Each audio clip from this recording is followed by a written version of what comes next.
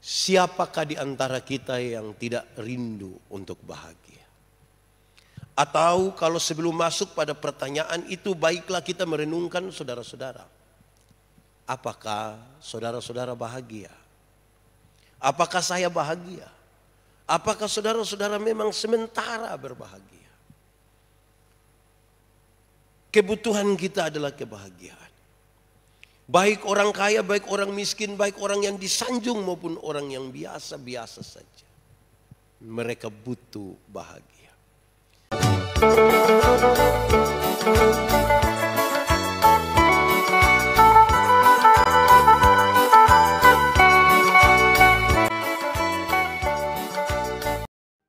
Saudara-saudara, mari kita berdoa. Ya Tuhan Allah, kami mohon kepadamu, kami akan membaca dan merenungkan firman-Mu. Tolong kami supaya kami membaca dengan baik, merenungkannya dengan baik, dan kekuatan Roh Kudus-Mu memampukan kami untuk melakukan kehendak-Mu. Jauhkan semua penggoda pencobaan Tuhan. Biar dalam damai-Mu kami belajar firman Tuhan. Kami rindu pada firman-Mu. Berfirmanlah bagi kami Tuhan. Di dalam nama Yesus firman yang hidup itu kami berdoa. Amin. Bapak Ibu saudara-saudara yang dikasihi dalam Tuhan Yesus, di kesempatan kita hari ini dalam doa malam ini, tema kita adalah kebahagiaan yang sia-sia. Karena itu saya mau ajak kita merenungkan bagian ini, terambil dari Mazmur pasal 49. Mazmur 49 ayat 1 sampai ayat yang ke-21. Mazmur 49 ayat 1 sampai ayat yang ke-21. Kebahagiaan yang sia-sia untuk pemimpin biduan dari Bani Korah. Mazmur. Dengarlah hai bangsa-bangsa sekalian. Pasanglah telinga hai semua penduduk dunia. Baik yang hina maupun yang mulia. Baik yang kaya maupun yang miskin bersama-sama. Mulutku akan mengucapkan hikmat, dan yang direnungkan hatiku ialah pengertian. Aku akan menyendengkan telingaku kepada Amsal, akan mengutarakan peribahasaku dengan bermain kecapi. Mengapa aku takut pada hari-hari celaka? Pada waktu aku dikepung oleh kejahatan pengejar-pengejarku, mereka yang percaya akan harta bendanya dan memegahkan diri dengan banyaknya kekayaan mereka. Tidak seorang pun dapat membebaskan dirinya atau memberikan tebusan kepada Allah ganti nyawanya. Karena terlalu mahal harga pembebasan nyawanya dan tidak memadai untuk selama-lamanya, supaya ia tetap hidup untuk seterusnya dan tidak melihat lubang kubur. Sungguh akan dilihatnya orang-orang yang mempunyai hikmat mati. Orang-orang bodoh dan dungu pun binasa bersama-sama dan meninggalkan harta benda mereka untuk orang lain. Kubur mereka ialah rumah mereka untuk selama-lamanya. Tempat kediaman mereka turun-temurun. Mereka menganggap ladang-ladang milik mereka. Tetapi dengan segala kegemilangannya manusia tidak dapat bertahan. Ia boleh disamakan dengan hewan yang dibinasakan. Inilah jalannya orang-orang yang percaya pada dirinya sendiri. Ajal orang-orang yang gemar akan perkataannya sendiri. Seperti domba mereka meluncur ke dalam dunia orang mati, digembalakan oleh maut. Mereka turun langsung ke kubur. Perawakan mereka hancur. Dunia orang mati menjadi tempat kematian mereka. Tetapi Allah membebaskan nyawaku dan cengkraman dunia yang mati, dunia orang mati, sebab ia akan menarik aku. Jangan takut apabila seseorang menjadi kaya, apabila kemuliaan keluarganya bertambah.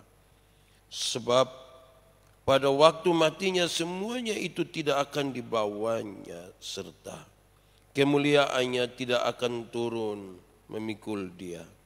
Sekalipun ia menganggap dirinya berharga pada masa hidupnya, sekalipun orang menyanjungnya karena ia berbuat baik terhadap dirinya sendiri, namun ia akan sampai kepada angkatan nenek moyangnya yang tidak akan melihat terang untuk seterusnya.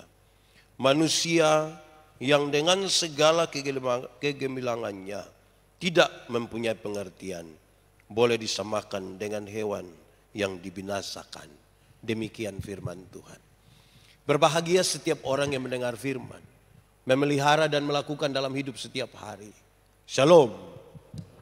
Bapak Ibu saudara-saudara, kebahagiaan.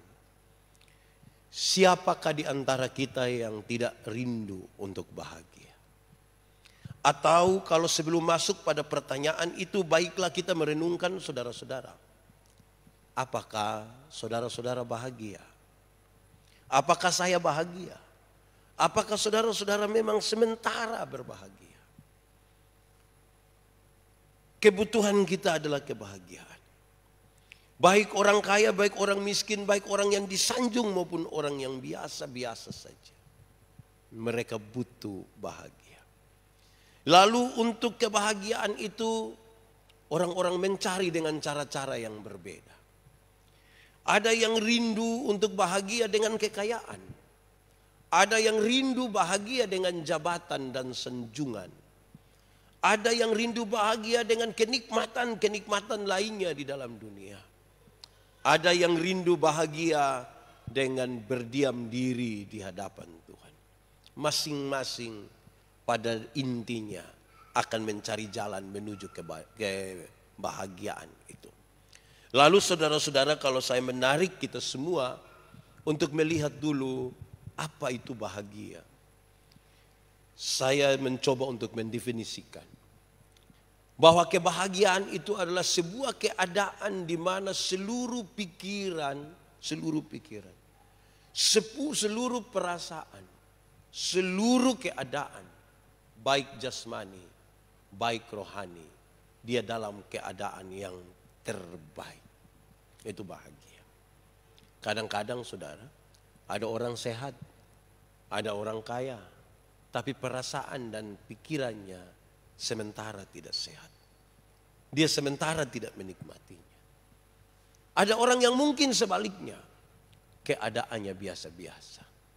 Dia tidak terlihat sebagai orang yang kaya raya, tetapi hatinya baik. Tetapi pikiran dan perasaannya baik. Itulah saudara-saudara perbedaannya. Lalu kita membaca bagian ini, di mana saudara-saudara ternyata kita diarahkan untuk melihat bahwa pada akhirnya semua orang akan mati.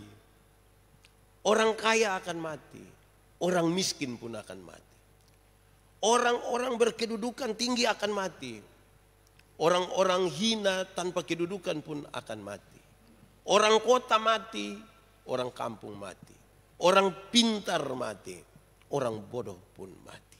Sesuatu yang sama sekali tidak bisa terhindarkan. Lalu saudara-saudara, sejumlah orang menaruh perhatiannya kepada ketakutan atas kematian itu. Ketakutan itu yang membuat dia kemudian menjadi tidak bahagia.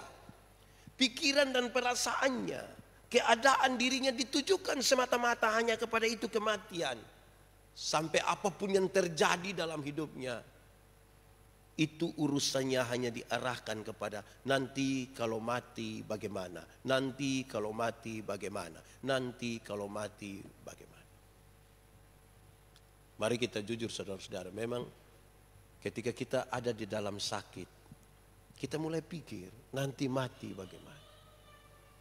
Kalau kita ada dalam keadaan jatuh karena berbagai-bagai hal, berbagai-bagai alasan usaha kita jatuh atau apa, nanti bagaimana? Nanti itu hanya berkaitan dengan nanti kalau mati bagaimana. Tadi siang saya pulang dari Alor, oleh karena hujan sangat-sangat deras, hujan angin itu. Pesawat putar-putar di udara ini. baru awan terlalu tebal. Saya yakin kami semua yang ada di atas itu berpikir, nanti kalau mati bagaimana? Nanti kalau mati bagaimana? Saudara-saudara, bayangkan, ternyata ini teks ini menolong kita saudara-saudara untuk melihat bahwa jangan sampai kita punya pikiran dan perasaan dan semua hal yang terjadi dalam jasmani dan rohani kita justru mengarahkan kita pada ketakutan yang kemudian menarik semua potensi bahagia yang ada pada kita. Sesungguhnya dia ingin mengatakan kepada kita, jangan takut. Jangan takut karena Tuhan akan menarik engkau. Baik ketika engkau hidup maupun engkau mati. Yang paling berbahagia adalah bukan karena dia memiliki segala sesuatu. Tetapi yang paling berbahagia adalah kalau dia dipegang oleh Tuhan dalam keadaan seperti apapun. Karena itu perenungan kita mestinya ditaruh kepada apakah Tuhan pegang kita atau tidak.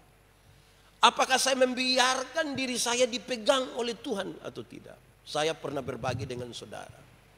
Ketika teman-teman tunanetra Kupang membuat acara KKR di Tedis. Waktu itu Om Yas Kase sebagai depung ketua. Saya lihat bahwa semua yang aktif di dalam itu acara itu mereka yang semuanya buta. 2 hari saya berkhotbah, Tuhan hanya saya yang tidak buta, dong yang lain buta. Pada waktu mau naik khotbah saya bilang kepada Om Yas, Om Yas mau melihat kok tidak, mau melihat kok tidak. Dia tertawa, dia bilang, Om Yas saya tidak mau main gila ini. Kalau ini hari Tuhan buat mujizat dan Om Yas bisa melihat. Om Yas mau kok tidak. Dia jawab saya bilang begini, Pak Pendeta, melihat atau tidak melihat itu sudah tidak penting lagi dalam saya hidup. Yang lebih penting itu adalah saya masih tetap bersama-sama dengan Tuhan atau tidak. Saya membayangkan saudara, mungkin dia sudah buta dari kecil. Mungkin dia sudah terlalu lama ada dalam kebutaannya. Karena dia sudah terlalu lama dalam kebutaannya, bagi dia sudah cukup bisa bertahan dan Tuhan sudah menyertai dia sampai lebih dari 50 tahun masa hidupnya. Bagi dia, kalau dia dalam keadaan buta dan terbatas saja, Tuhan masih bisa menyertai dia. Sudah puluhan tahun Tuhan sertai. Pasti Tuhan yang sama itu akan menyertai dia selanjutnya sampai dia mati. Sebuah pikiran yang tidak diarahkan kepada ketakutan. Saya coba-coba untuk berpikir. Mungkin salah satu yang dipikirkan adalah jangan sampai justru ketika dia melihat, dia tidak lagi dekat dengan Tuhan. Jangan sampai ketika dia dalam kondisi yang baik, mungkin dia tidak sementara membiarkan dirinya dipegang oleh Tuhan. Inilah saudara-saudara yang menjadi sebuah pesan bagi kita. Masihkah kita ada dengan Tuhan dan membiarkan diri kita diatur oleh Tuhan? Karena itulah kebahagiaan yang paling hakiki. Kalau kita baca firman Tuhan, dia bilang begini, yang berbahagia adalah setiap orang yang mendengarkan firman Tuhan dan yang melakukan di dalam hidupnya. Tanda kedekatan dia dengan Tuhan adalah karena dia juga melakukan ini hukum Tuhan. Dia melakukan tanda kedekatan itu. Refleksi kita malam hari ini, supaya kita tidak jatuh dalam kebahagiaan yang sia-sia, padahal kita mau itu kebahagiaan. Kita rindu bahagia. Jangan sampai kerinduan tentang kebahagiaan adalah kerinduan untuk kebahagiaan yang sia-sia. Dalam keterbatasan sebagai manusia. Yang berharap pada kekayaannya, yang berharap pada hikmatnya, yang berharap pada pengetahuannya, yang berharap pada kekuatannya. Pembacaan tadi mengatakanlah, inilah kematian bagi mereka yang percaya kepada pengertiannya sendiri. Dia berujung kepada kematian, kesia-siaan. Pak Pendeta, semua orang kan mati, iya. Tetapi mati di dalam Tuhan berbeda dengan mereka yang mati di luar Tuhan. Orang-orang selalu percaya, orang-orang beriman selalu percaya bahwa kehidupan bukan sekedar apa yang ada di dunia. tetapi apa yang ada setelah kematian pun. Itu berarti cara hidup ini justru sesuatu yang penting sebagai bagian dari kita ada di sekitar hal berburu dalam kebahagiaan. Ada orang yang mencari kebahagiaan dan cara-cara yang tidak berkenan pada Tuhan. Ada orang-orang yang dulunya susah dan sekarang ketika dia sukses, dia bilang saya sudah pernah susah, saya tidak mau lagi mengalami itu. Hidup ini hanya satu kali, biarkanlah hidup ini seperti apa yang hidup ini. Sayang ketika dia menuju kepada akhir hidupnya. Bapak Ibu Saudara-saudara, dia tidak bilang bahwa orang tidak boleh kaya. Kalau kita baca ayat 17 dan seterusnya, dia tidak marah. Jangan takut apabila seseorang terus menjadikan, jangan takut, tidak apa-apa. Mau ada sesuatu tidak apa-apa. Mau dapat berkat tidak apa-apa. Mau mengumpulkan yang banyak tidak apa-apa. Mau berusaha tidak apa-apa. Tapi ingat, jangan lupakan Tuhan. Bersama-samalah dengan Tuhan. Jangan sampai pada waktu-waktu terakhir dalam hidup kita baru tiba-tiba kita mengingat Tuhan. Jangan. Tuhan sudah atur itu waktu dengan baik. Ada waktu untuk bekerja, ada waktu untuk berdiam diri, ada waktu untuk berdoa, ada waktu supaya orang tidak mengalami kesia-siaan hidup. Salomo mengungkapkan tentang kekayaan, tentang cinta, tentang jabatan. Dan bagi Salomo hidup yang singkat itu dan diarahkan pada hal-hal itu terlalu membuat kita sia-sia. Kesia-siaan hidup kalau hidup hanya diarahkan pada hal-hal yang terbatas itu. Kalau yang diarahkan pada hal-hal terbatas itu adalah kesia-siaan, bagaimana dengan orang yang menaruh perhatian hanya pada ketakutan? Saya tidak ingin mengatakan supaya hari ini tidak usah lagi kita ada rasa takut, saya tidak mengatakan. Orang tetap punya rasa takut, orang tetap berpikir sesuatu yang lebih besar. Tapi jangan sampai pikiran, perasaan, kenikmatan semuanya hanya ditujukan kepada ketakutan. Merenggut kebahagiaan yang seharusnya. Karena ketakutan bisa membawa kita untuk tidak percaya kepada Tuhan. Syukur-syukur kalau kita takut tangan Tuhan yang kita mau gapai. Petrus ketika dia coba bilang kepada Tuhan, biarkanlah aku juga berjalan di atas air seperti engkau. Tuhan biarkan dia berjalan beberapa saat, lantas kemudian ketika dia mulai merasa gelombang dan angin yang keras itu dia mulai tenggelam. Dia mulai jatuh. Dalam posisi ketika dia tenggelam itu dia bilang, Tuhan ingat, Tuhan tolonglah aku. Tuhan segera menarik dia, kasih naik dia di atas perahu. Terus Tuhan bilang begini, di manakah imanmu? Di manakah imanmu? Aku ada dekat dengan. Saya persis ada di hadapanmu. Lalu kepada siapakah kamu berharap? Pengharapan akan Tuhan itu sebuah pengharapan yang tidak sekedar menjadi bagian kata-kata semata. Setiap kali berbicara tentang berharap kepada Tuhan, setiap orang harus masuk ke dalam dirinya jauh sampai ke dalam kedalaman diri yang paling dalam. Karena mulut bisa berkata yang berbeda dengan kedalaman jiwa dalam seluruh pengharapan. Mungkin di titik itu saya ingin mengatakan bahwa ternyata percaya dan mendekatkan diri, mau untuk bersama-sama dengan Tuhan, bahkan tidak harus terdengar, tetapi itu betul-betul muncul dari hati kita untuk hidup dengan Tuhan. Bahkan tidak harus terdengar. Karena setiap kali bicara orang mesti masuk ke dalam dirinya. Setiap kali orang bicara tentang dekat dengan Tuhan mesti masuk lagi. Makin masuk. Selalu harus bertanya, apa memang saya dekat dengan Tuhan? Apa memang saya mengandalkan Tuhan? Apa memang saya sudah menjalani sebuah kehidupan yang tidak sia-sia karena saya bersama-sama dengan Tuhan? Apa memang hari ini saya tidak bahagia? Atau apakah hari ini saya memang bahagia? Apakah semua yang kita dapat itu kemudian telah membuat kita bahagia tanpa Tuhan? Itu seluruhnya adalah pertanyaan-pertanyaan yang tidak ditujukan kepada orang lain. Seluruhnya adalah pertanyaan-pertanyaan yang ditujukan kepada diri kita sendiri dalam relasi kita dengan Tuhan Allah. Mungkin hari ini kita lebih banyak bertanya kepada diri dan tidak lagi bertanya kepada orang lain, apalagi tentang orang lain. Tuhan Yesus bertanya kepada murid-murid, menurut kamu siapakah aku? Mereka berbicara. Orang-orang mengatakan Elia, orang-orang mengatakan atau salah seorang dari nabi. Iya, orang-orang bilang begitu. Tapi menurut kamu sendiri siapakah?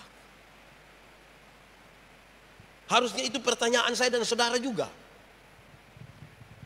Menurut saya, menurut saudara, siapa Tuhan? Karena hari ini kita harus ambil keputusan untuk benar-benar menggantungkan hidup kepada Tuhan. Kalau kita mau bahagia. Karena semua yang dicari oleh orang-orang yang kaya, yang berhikmat, yang berjabatan ini ditujukan kepada kalau kekuatan manusia dan kekayaan yang diandalkan. Toh nanti pada akhirnya menjadi sia-sia. Lalu kalau itu semua menjadi sia-sia, saya kira pertanyaan tadi yang penting. Siapa Tuhan dalam hidup kita? Siapa Tuhan? Apakah Tuhan itu, saya membayangkan secara pribadi saudara.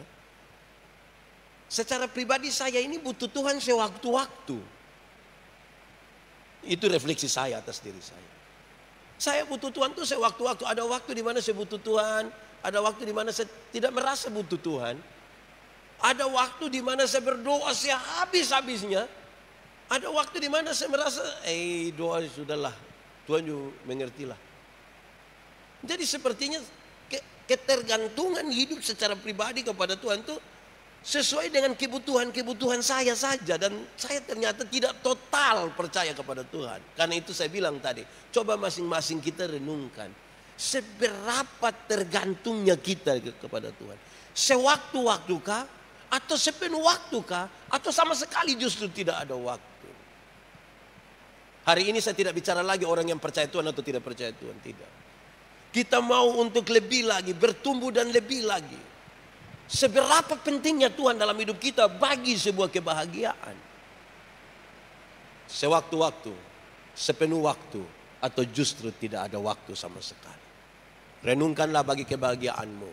Tuhan memberkatimu. Mari berdoa. Tuhan terima kasih. Kami rindu bahagia. Tapi mungkin kami mengambil jalan yang salah. Kami rindu bahagia. Dan Tuhan mengatakan kepada kami, kalau engkau dekat dengan kami, itulah yang akan membuat kami bahagia. Tolonglah kami Tuhan supaya sepenuh waktu dalam hidup kami. Kami sungguh-sungguh mau untuk dekat dan mengandalkan-Mu. Ampuni kami kalau hanya sewaktu-waktu, bahkan sama sekali tidak ada waktu untuk kami menggantungkan hidup kami kepada Tuhan. Terpujilah nama-Mu Bapa. Biar firman ini menjadi pelita bagi kaki kami, terang bagi jalan kami. Di dalam nama Yesus kami berdoa. Amin.